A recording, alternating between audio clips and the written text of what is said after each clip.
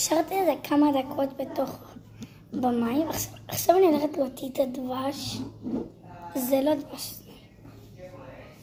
אומייגאד, זה ממש נעים. אני אומרת לכם, אבל ממש מגעיל. זה כמו סליים. סליים מדבש, אפשר לאכול אותו. טוב, אני הולכת לשטוף את הידיים. לא. אני הולכת לשטוף ידיים.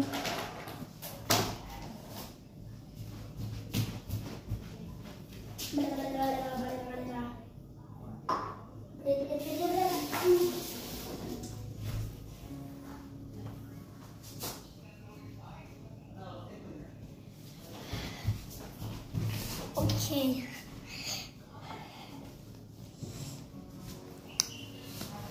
תראו, אבא שלי עכשיו מכין סוכה פיצקית. כאילו פיצקית בינונית. לדודים שלי יש סוכה, הוא בונה אותה עכשיו. לדודים שלי יש סוכה מפה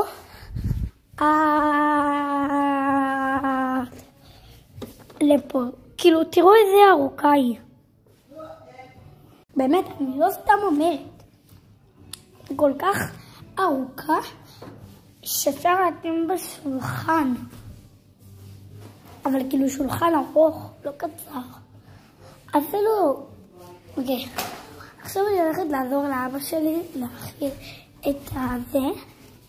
אני אראה לכם את כל הקשתים בשביל. יש לנו את זה עם האורות, את אלו רגיל, ועכשיו הוא מכין את זה.